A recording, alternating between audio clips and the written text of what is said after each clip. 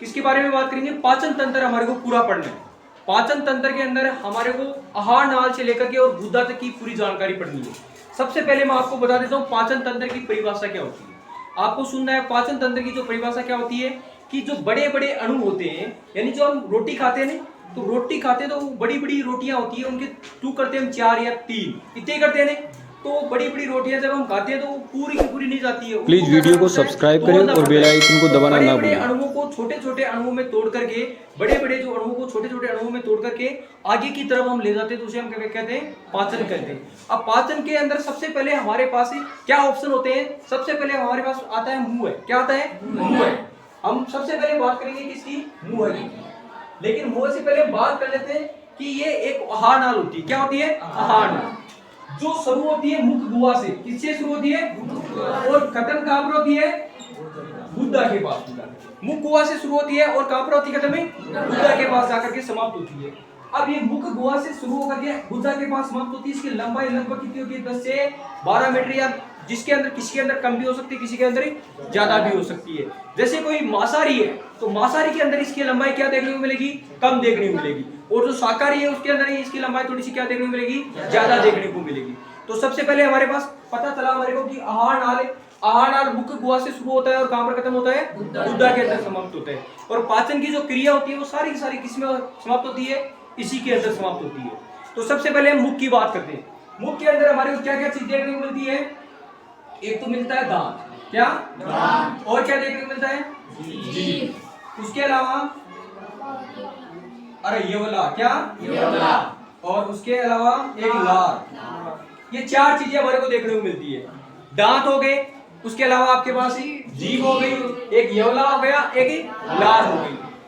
दांतों के माध्यम से हम क्या करते हैं? भोजन को तोड़ते हैं। क्या करते हैं? क्योंकि दांत के कितने प्रकार के होते हैं? 4 प्रकार के। कितने प्रकार के होते हैं? 4 प्रकार के। पहला दांत होता है इंसाइजर। कौन सा होता है? इंसाइजर। एक बार हिंदी में लिख देता हूँ, कर्तनकी। फिर होता है अग्रचर्णकी, और एक होता है चर्णकी। इसे बोलते हैं इंसाइजर। ये होता है केनाइन, और ये होता है प्रीमोलर, और ये होता है मोलर। यानी कर्तनक, रत्नक, अग्रचर्णक और चर्णक। ये 4 प्रकार के दांत होते हैं हमारे मुंह के अंदर। ये जो सामने दिखते हैं वो कौन से होते हैं? कर्तनक होते हैं। और ये जो रत्नक होते हैं ना, रत्नक, ये हमारे यानी जो मनुष्य होता है उसमें कम विकसित होते हैं। लेकिन जैसे आप शेर को देख रहे हो, बिल्ली को देख रहे हो, उनमें आपको ज्यादा विकसित दिखेंगे, क्योंकि ये शिकार के काम ज्यादा आते हैं। चीरना फाड़ना काम होता है इनका। इनका क्या काम होता है? चीरना फाड़ना का काम होता है। और कर्तनक दांतों का काम क्या होता है? काटने का काम होता है। और अग्रचर्णक और जो चर्णक होते हैं उनका काम होता है चबाने का। क्या होता है? चबाने का। इनकी संख्या क्या होती है? तो ये 8 होते हैं, ये 4 होते हैं, ये भी 8 होते हैं, और ये कितने होते हैं? 12 होते हैं। ये जो दांत होते हैं टोटल इनकी जो संख्या होती है वो कितनी होती है? 32 होती है। कितनी होती है? 32 होती है। ये एक वयस्क व्यक्ति की पहचान है। जो यानी वयस्क व्यक्ति हो गया, एक छोटा बच्चा होता है उसके अंदर ये पूरे दांत नहीं होते, क्योंकि जब बच्चा जब छोटा होता है तो उसके अंदर अग्रचर्णक दांत नहीं आते।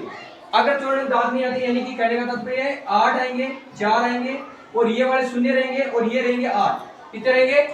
तो इनका योग्यता हुआ 20। कितना हुआ है?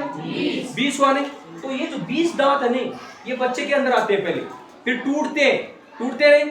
तो ये जो 20 दांत है इन्हें हम कह सकते हैं दूध वाले दांत। क्या कह सकते हैं? दूध वाले दांत कह सकते हैं। और 20 और 32 का जो डिफरेंस आ रहा है वो कितने का आ रहा है? 12 का आ रहा है। और ये जो 12 जो दांत हैं वो हमारे क्या रहेंगे? स्थायी दांत रहेंगे। ये एक ही बार आते हैं। कितनी बार आते हैं? एक ही बार आते हैं। तो आपको ये समझ में आ गया कर्तनक, रत्नक, अग्रचर्णक और चर्णक। इसका काम क्या होता है? यानी दांतों के माध्यम से हम भोजन को क्या करेंगे? तोड़ेंगे, चबाएंगे, सारा काम करेंगे, और फिर इसको आगे की तरफ ले जाने का काम करेंगे। तो दांत समझ में आ गए नहीं? फिर हम बात करेंगे जीभ का। जीभ की आकृति कुछ इस प्रकार की सी होती है। अब जीभ के अंदर क्या होता है? एक आगे का हिस्सा होता है। जीभ हमारी होती है, उसके आगे जो हिस्सा होता है वो मीठा महसूस करवाता है। किसका महसूस करवाता है? मीठा। यहाँ पर जब देखेंगे तो मीठा महसूस होगा हमारे को। यहाँ पर देखेंगे तो कड़वा दिखेगा। कैसा लगेगा? कड़वा। और यदि इधर देखेंगे तो दोनों तरफ ही खट्टा। क्या लगेगा? इस पार्ट में लगेगा खट्टा, और यदि इधर फिर थोड़ा और देखे तो नमकीन लगेगा। कैसा लगेगा? नमकीन। और ये बीच वाला एरिया क्या रहेगा? स्वादहीन रहेगा। इसमें किसी भी प्रकार का कोई इंटरेस्ट नहीं आएगा। जो आगे वाला हिस्सा उसमें मीठा लगेगा, इसमें आपको कड़वा देखने को मिलेगा, इसमें खट्टा, और इधर है नमकीन। समझ में आ गई? जीभ के देखो दो काम होते हैं। जीभ एक तो हमारे को भोजन जो हम खाते हैं उसको हिलाने में सहायक होती है। भोजन को कभी इधर ले जाती है, कभी इधर ले जाती है, कभी आगे ले जाती है, मतलब सारा काम क्या करती है? भोजन को सारा हिलाने का काम कौन करती है? वो जीभ ही करती है। और ये दूसरा काम है इसका कि ये हमारे को बोलने में भी सहायता प्रदान करती है। बोलने का जो काम करती है वो भी कौन करती है? हमारी जीभ करती है। दो काम तो ये हो गए। याद रखना, जीभ पर छोटे छोटे कणनुमा संरचना पाई जाती है। छोटी छोटी क्या पाई जाती है? कणनुमा संरचना पाई जाती है। जब हम जीभ के ऊपर हाथ लगाते हैं तो ऐसा लगता है ना, जो हमारा आंगन है वो कैसा लग रहा है? हमारे को खुरदरा लग रहा है, खुरदरा लग रहा है। यानी एक तरह से जो टाइल होती है वैसे साफ नहीं दिखाई देता ना, एकदम खुरदरा खुरदरा सा। तो वो उस पर छोटी छोटी कणनुमा संरचना पाई जाती है और उनका काम होता है स्वाद का चखना। क्या होता है? जब बुढ़ा हो जाता है ना व्यक्ति 80-90 साल का, तो उसको पता ही नहीं चलता कि क्या स्वाद है और क्या खा रहा है, क्या मीठा है, क्या नमकीन है। उसके लिए सारे क्या हो जाते हैं? एक जैसे हो जाते हैं। यानी कहने का तात्पर्य उनको बहुत कम पता चलता है। फिर उनको बहुत कम पता चलता है, जितना बच्चे को पता चलता है उतना बुढ़े व्यक्ति को पता नहीं चलता। तो जीभ समझ में आई क्या? अरे जीभ समझ में आएगा। ये बोलने में सहायक होती है और भोजन को घुमाने में सहायक होती है। ये दो काम हमारे किसके? जीभ के। और फिर हमारे पास यवला। यवला आप जैसे ही मुंह फाड़ोगे नहीं, जो से यानी देखेंगे हम मुंह फाड़ करके, तो अंदर एक आपको लगेगा एक छोटी सी क्या है? एक छोटी सी मांसपेशी की बनी क्या है? एक संरचना है। उसे क्या कहते हैं? हमें यवला कहते हैं। और याद रखना, यवला का आकार बढ़ता है। जब रात को हम सोते हैं तो इसका आकार बढ़ता है और आकार बढ़ने की वजह से हमारे को क्या आते हैं? खर्राटे आते हैं। क्या आते हैं? खर्राटे आते हैं। ये भी याद रखना। और एक है हमारे पास लार। क्या है? लार। अब लार के बारे में आपको ध्यान रखना है, क्योंकि लार बहुत ज्यादा इंपॉर्टेंट है। यहाँ से लार एक ग्रंथि है। क्या है? और ये यहाँ से क्या निकालती है? एंजाइम, यानी कि एंजाइम निकालेगी। कौन सा? लार अमाइलेज। क्या निकालेगी? लार अमाइलेज। या इसे हम कहते हैं लाला रस। क्या कहते हैं? लाला रस भी कहते हैं। क्या कहते हैं? लाला रस। अब ये क्या करेगा? दांत का काम क्या था बेचारे का? तोड़ना का था। तोड़ दिया इसने, तोड़ दिया। फिर जीभ ने उसको हिला दिया। हिला दिया ना, जीभ ने भी अपना काम कर दिया, हिला हुलू के और मिला दिया। उसको सारे को मिलाना था उसको। फिर यवला थोड़ी आगे रहती है, लेकिन उससे पहले हमारे को क्या मिलाना पड़ता है? लार। अरे लार इसलिए मिलती है, लार यदि मिल जाए ना खाने में तो मिलने की वजह से वो चिकना हो जाता है पदार्थ। क्या हो जाता है? चिकना हो जाएगा।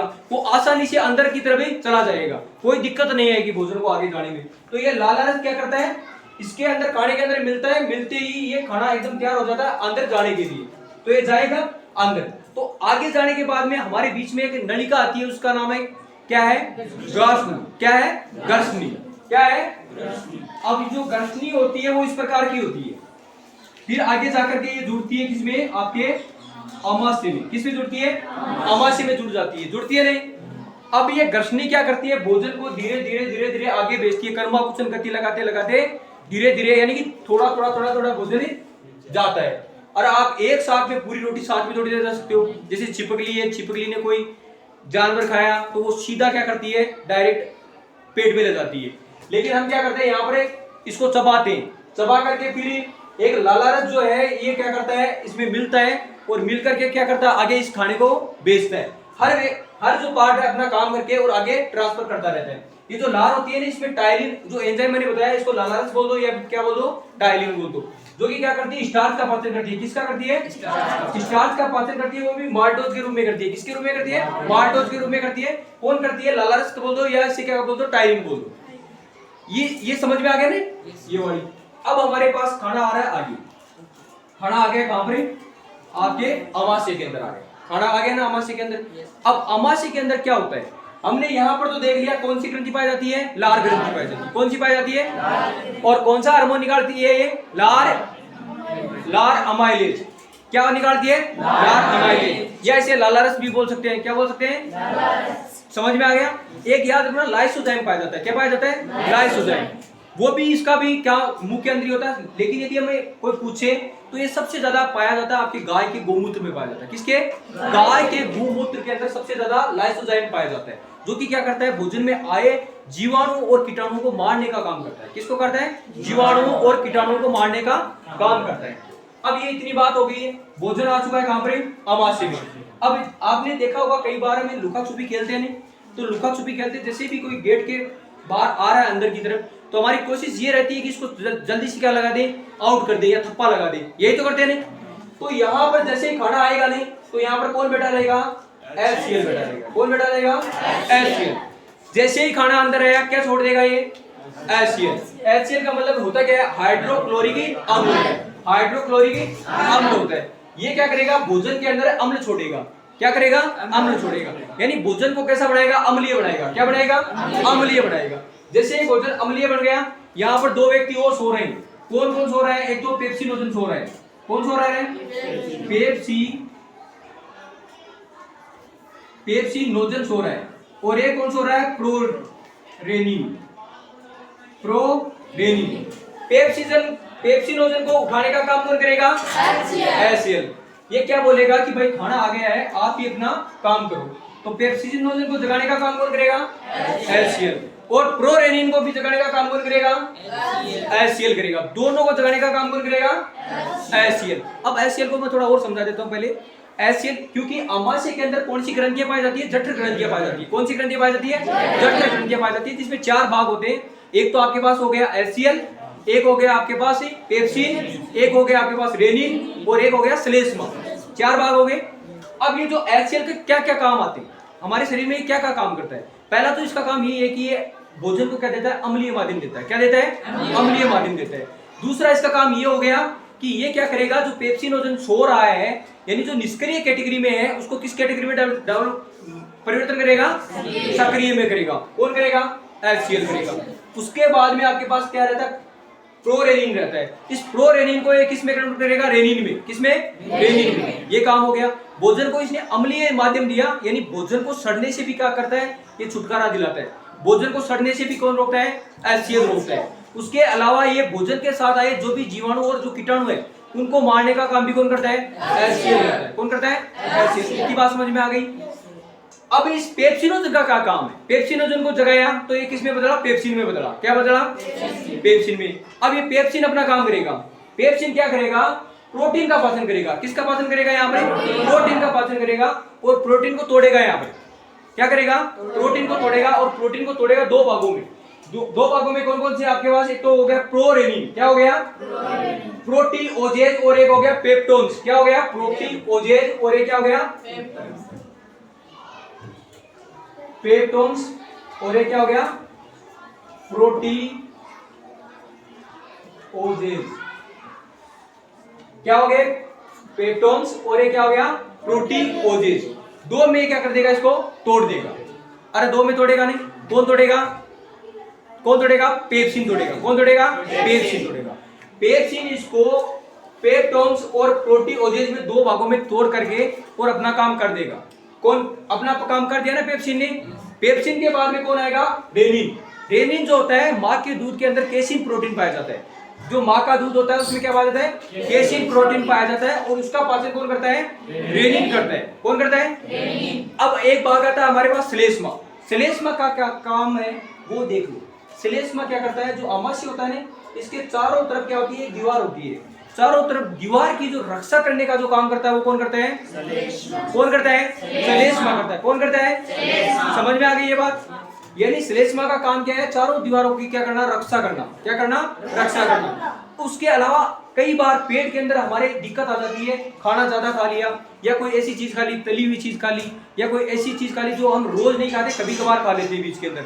तो उसकी वजह से हमारे शरीर में पेट के अंदर जो अमाशय है उसमें क्या हो जाती है, एसिडिटी हो जाती है। क्या हो जाती है, एसिडिटी हो जाती है। और उसका निपटारा करने के लिए हमारे को क्या प्रयोग कर लेना पड़ता है, मिल्क ऑफ मैग्नीशियम का प्रयोग करना पड़ता है। किसका प्रयोग करना पड़ता है, मिल्क ऑफ मैग्नीशियम का हमारे को क्या करना पड़ता है, प्रयोग करना पड़ता है, MgOH2 का। समझ में आ गई। अब हमारा खाना अमाशय में ही पड़ा है, और अमाशय के अंदर लगभग 3 से 4 घंटा यहीं पर रहेगा। ये 3 से 4 घंटा यहीं पर होगा।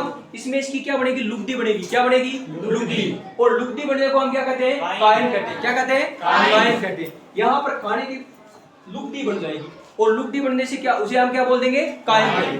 अब बताओ ये इतनी चीज समझ में आ गई ना।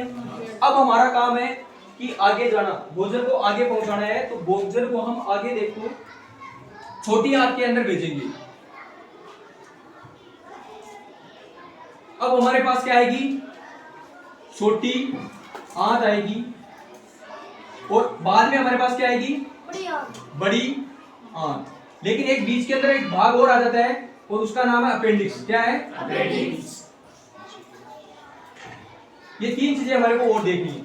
छोटी आंत का मतलब क्या होता है कि छोटी आंत जो होती है ना, ये सबसे बड़ी होती है, लंबाई के अंदर सबसे लंबी होती है।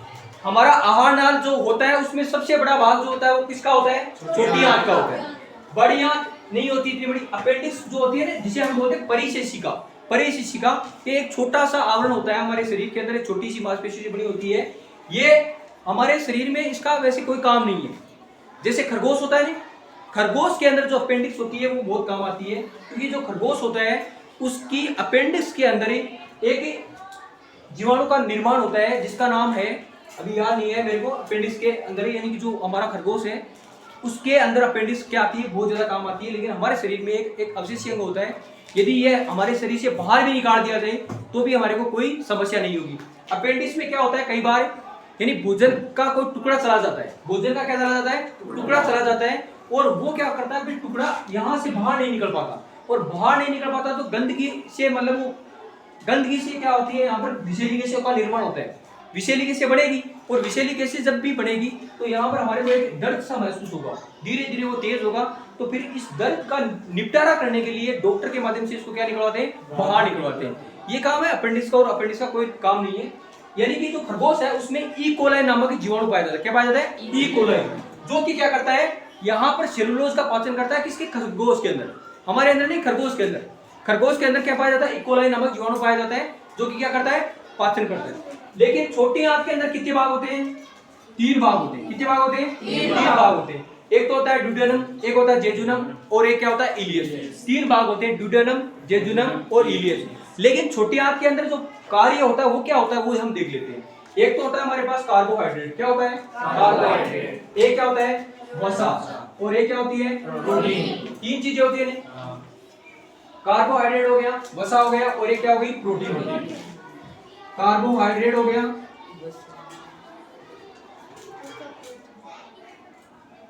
कार्बोहाइड्रेट, एक क्या हो गई, वसा हो गई, और एक क्या हो गई, प्रोटीन हो गई। अब देखो, कार्बोहाइड्रेट, वसा और प्रोटीन का पाचन कहां पर होगा, छोटी आंत के अंदर होगा। अब इस छोटी आंत को एक बार समझ लेते हैं कि कार्बोहाइड्रेट का जो पाचन कौन करता है, वसा का पाचन कौन करता है, और प्रोटीन का पाचन कौन करता है। तो पहले मैं बता रहा हूं, वसा का जो पाचन करता है वो कौन करता है, लाइपेज करता है। कौन करता है, लाइपेज करता है। और हमारे पास जो प्रोटीन का पाचन है वो कौन करता है, ट्रिप्सिन करता है। कौन करता है, ट्रिप्सिन करता है। और इसका पाचन कौन करेगा, अमाइलेज। कौन करेगा, अमाइलेज करेगा। ये चीज समझ में आ गई नहीं। कार्बोहाइड्रेट का पाचन कौन करेगा, अमाइलेज। वसा का पाचन है, और प्रोटीन का पाचन है, तीनों चीज समझ में आ गई। अब यहाँ पर इंपॉर्टेंट ये है कि ये जो वसा है वो कौन करेगा, इसका पाचन है, लाइपेज। और ये किसमें टूटेगी, वसीय अम्ल प्लस गिल्सरोल के रूप में टूटेगी। किसके रूप में टूटेगी, विषय अम्ल और गिल्सरोल के रूप में टूटेगी। और जो कार्बोहाइड्रेट है वो किसके रूप में टूटेगा, ग्लूकोज के रूप में टूटेगा। किसके रूप में टूटेगा, ग्लूकोज के रूप में। और प्रोटीन किसके रूप में टूटेगा, अमीनो अम्ल के रूप में टूटेगा। क्या टूटेगा, अमीनो अम्ल। अरे प्रोटीन किसमें टूटेगा, अमीनो अम्ल में टूटेगा। वसा किसमें टूटेगी, अरे वसा वसीय अम्ल और गिल्सरोल में टूट जाएगी। और कार्बोहाइड्रेट किसमें टूट जाएगा, ग्लूकोज के रूप में टूट जाएगा। ये समझ में आ गया ना। इसको तोड़ने का काम कौन करता है, अमाइलेज। और वसा को लाइपेज, प्रोटीन को ट्रिप्सिन। कार्बोहाइड्रेट किसमें टूटेगा, ग्लूकोज में। वसा किसमें टूटेगी, वसीय अम्ल और गिल्सरोल के रूप में टूटेगी। वसीय अम्ल और प्रोटीन किसमें टूटेगा, अम्ल में। प्रोटीन किसमें टूटेगा, अमीनो अम्ल में टूटेगा। अरे यही तो है। देखो आपके पास प्रोटीन तो कार्बोहाइड्रेट है, वो क्या बनाता है, ग्लूकोज बनाता है। वसा क्या बनाती है, वसीय अम्ल बनाती है और गिल्सरोल बनाती है। और आपके पास एक बचा कार्बोहाइड्रेट और एक बचा प्रोटीन। प्रोटीन क्या बनाता है, अमीनो अम्ल बनाता है। तीनों चीजें हो गई। अब ये इतनी चीजें हमारी हो चुकी है, कार्बोहाइड्रेट हो गया, वसा हो गया, और एक क्या हो गया, प्रोटीन हो गया। ये तीनों चीजें हमारी क्लियर है। यानी छोटी आंत के अंदर हमने 3 काम कर दिए। छोटी आंत के अंदर ब्रूनर ग्रंथियां पाई जाती है। इसके अंदर एक अग्नाशय होता है, एक अग्नाशय अलग भाग होता है, छोटी आंत के अंदर नहीं होता, लेकिन अग्नाशय होता है, एक होता है पित्रस होता है, और एक होता है यकृत। ये तीन चीज और है, अग्नाशय हो गया, यकृत हो गया, और एक हो गया पित्रस। अब इन तीन चीजों के बारे में हम और देखते हैं। पहले मैं पित्रस के बारे में बता रहा हूं। पित्रस कैसा है, क्षारीय है या अम्लीय? पित्रस कैसा है, क्षारीय या अम्लीय? तो ये पित्रस जो रहेगा हमारा रहेगा क्षारीय। कैसा रहेगा? क्षारीय। क्षारीय रहेगा। इसकी जो प्रकृति होती है वो कैसी होती है? क्षारीय होती है। और पित्रस का निर्माण कहाँ होता है? पित्रस का निर्माण कहाँ होता है? यकृत में होता है। कहाँ पर होता है? इसका स्त्राव कौन करता है? यकृत ही करता है। ध्यान से देखना, पित्रस का निर्माण भी कहाँ होता है? यकृत। स्त्राव भी कौन करेगा? लेकिन इकट्ठा कहाँ होगा? पित्राशय में जाकर के इकट्ठा होगा। बनाया किसने इसको? यकृत। लेकिन जाकर इकट्ठा कहाँ पर हो गए? पित्राशय में हो गया। कहाँ पर हो गया? पित्राशय में। और ये है कैसा? क्षारीय माध्यम देता है। कैसा माध्यम देता है? अब आपको तीन चीजें का पता होना चाहिए, एक तो होता है अम्लीय, और एक होता है क्षारीय, और एक होता है उदासीन। तीन चीजें होती है नहीं। अब जो 7 पर है वो तो क्या रहेगा? उदासीन रहेगा। और 7 से ऊपर चला गया वो क्या होगा? और 7 से नीचे आएगा वो क्या होगा? अम्लीय होगा। तीन चीजें हो गई नहीं, नीचे आएगा तो अम्लीय, ऊपर जाएगा तो क्षारीय, और बीच में तो उदासीन। तो इसकी कैटेगरी क्या है? क्षारीय। कहाँ बनता है? यकृत में। और ये स्त्राव कौन करता है इसका? यकृत। और ये जाकर इकट्ठा कहाँ पर होगा? पित्राशय में होगा। इसका जो कलर होता है हरा रंग का कलर होता है इसका, नॉर्मल हरा कलर इसको देखने का मिलेगा आपको।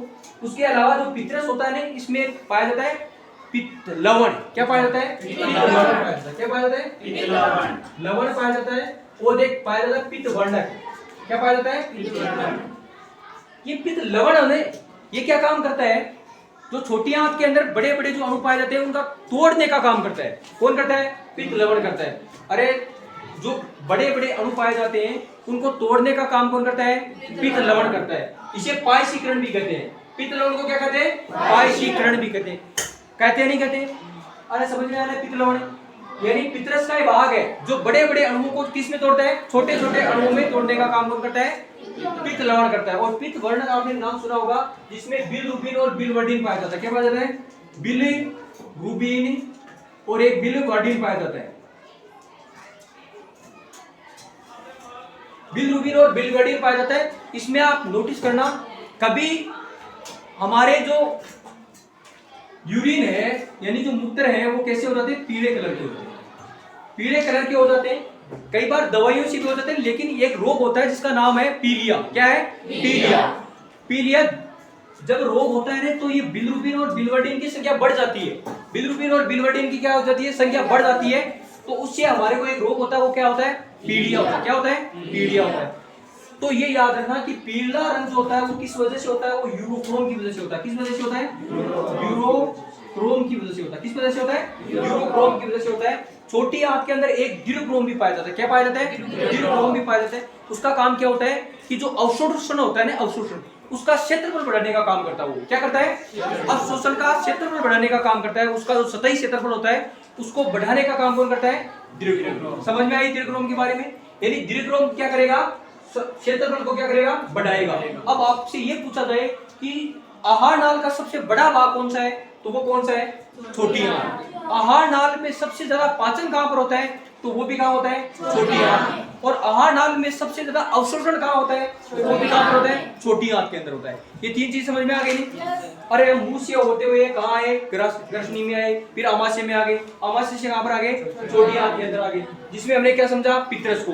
अग्नाशय होता है, अग्नाशय रस निकालता है। वो अग्नाशय में से कई प्रकार के रस निकालते हैं, जिसमें से एक हमारे पास जो रस आता है, अग्नाशय रस आता है, वो भी हमारे लिए बहुत ही ज्यादा इंपॉर्टेंट है, क्योंकि उसमें भी क्या पाया जाता है? क्षारीय माध्यम पाया जाता है। कौन सा माध्यम पाया जाता है? क्षारीय माध्यम पाया जाता है, जो हमारे को क्या देता है? अम्लीय को किस में कन्वर्ट करेगा फिर?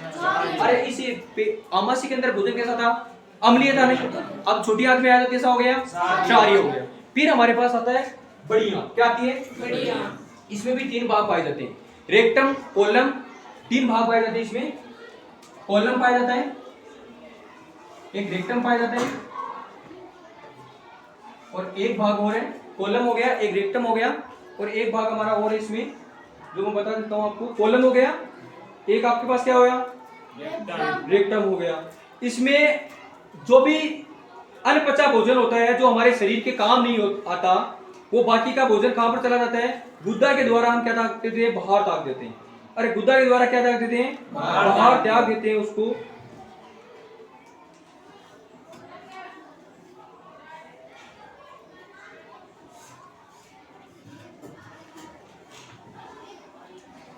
एक तो होता है आपके पास सिकम, एक होता है कोलम और एक होता है रेक्टम। रेक्टम तीनों लिख दिया ना, सिकम नहीं लिखा है। कौन सा भाग है? सिकम। सिकम हो गया, एक हो गया कोलम, क्या हो गया? कोलम। और ये क्या हो गया? रेक्टम। ये तीन भाग हो गए। इस रेक्टम वाले भाग से क्या होता है? गुद्दा द्वारा हम क्या कर देते हैं? जो भी अनपचा भोजन होता है उसको हम क्या कर देते हैं? बाहर निकाल देते हैं। ये तीन चीज समझ में आ गई नहीं? जो अवशोषित होने वाली चीज होती है उसको हम वापस खींच लेते हैं, जो हमारे शरीर के काम आती है उसको हमें वापस खींच लेते हैं और वो शरीर के अन्य अंगों में क्या कर देते हैं? पहुंचा देते हैं। अब इतना हमारा टॉपिक है, हमारे को एक बार देख लेना है कि क्या क्या हमारा जो सिलेबस है उसमें हमारे को देखना है। सबसे पहले मैंने आपको बताया कि आपके मुंह के बारे में हमने क्या देखा? दांत देखे। उसके अलावा क्या देखा? यवला देखा, एक जीभ देखी और एक लारी ग्रंथि देखी। ठीक है। उसके बाद में हम आए आमाशय के, ग्रसनी के माध्यम से कहाँ गए? आमाशय में आ गए। आमाशय में कौन कौन सी चीज है? एक तो आपके पास कौन सा रहेगा? एसियल रहेगा, और क्या रहेगा? पेप्सिन रहेगा, एक क्या रहेगा? रेनियल रहेगा, और एक क्या रहेगा? सेलेनियम रहेगा। इसमें कौन सी ग्रंथियां पाई जाती है? जठर ग्रंथियां पाई जाती है। इतनी बात हो गई। छोटी आंत में, छोटी आंत के कितने भाग हैं? 3 भाग हैं। 3 भाग है नहीं, ड्यूडेनम, जेजुनम और एक इलियस हो गया। छोटी आंत में पितरस भी मिल जाता है, अग्नाशय रस भी मिल जाता है, और इसके द्वारा जो भी पाचन होता है वो क्षारीय माध्यम में होता है। कैसा होता है? क्षारीय माध्यम होता है। फिर बड़ी आंत में जो भी अनपचा भोजन होता है वो हमें बाहर निकाल देते हैं इस गुदा द्वारा, और बाकी का जो चीज हमारे को लगती है कि ये इंपॉर्टेंट है हमारे शरीर को, तो वो चीजें हमारी द्वारा अवशोषित कर ली जाती है। और याद रखना, जो दीर्घरोम होता है वो क्या होता है? सतही क्षेत्रफल को बढ़ाता है। अवशोषित जो क्षेत्रफल होता है उसको क्या करता है? बढ़ाने का काम करता है। ये चीज समझ में आ गई? ठीक है, हमारा ये पूरा टॉपिक हो चुका है। एक याद रख लेना, जो भोजन मुंह के अंदर होता है, नहीं, मुंह के अंदर जो भोजन मिलता है, अरे जैसे लुगदी बनती है, कहां पर बनती है? हमारे पेट के अंदर बनती है। जो अमाशय होता है ना उसमें बनती है, तो उसे हम क्या कहते हैं? कायम कहते हैं। क्या कहते हैं? और जो मुंह के अंदर बनती है उसे कहते हैं बोलस। क्या कहते हैं? बोलस। क्या कहते हैं? बोलस। तो ये चीज आपको क्लियर हो चुकी है। एक बार हम देख लेते हैं। जीवा हमने देख ली, मुख हुआ हमने देख लिया, कच्छिका हमने देख ली, चीजें देख ली ना। उसके बाद में हमने पित्रा से देख लिया, उसके बाद में हमने पित्त नली देख ली, यकृत देख लिया, सारी चीजें देख ली। ठीक है।